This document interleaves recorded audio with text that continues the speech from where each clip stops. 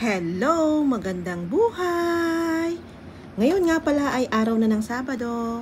Ito nga pala ang aming hapunan ngayon. Bali, simple lang daw sabi ng aking amo dahil sila ay kumain ng merienda. Ito nga yung pipino salad na may crab stick at saka yung salad dressing niya. Tsaka ito ay fish fillet. Yung fish fillet ay konting salt, pepper, tapos yung Shaoxing wine at saka yung egg at saka flour. Yun lang. Tapos marinate ko lang ng ilang oras. Tapos ayun, diretso fry na. At naging malasang-malasang nga pala siya. At eto naman ang carbonara. Bali, ang ginamit ko lang dyan ay milk at saka giniling, itlog at saka ham. Gisa-gisa lang. Tapos ayun na, meron ng sauce. Ayan nga, ready to serve na sa aking mga amo. Maraming salamat sa inyong panonood at pagsuporta palagi sa aking mga video.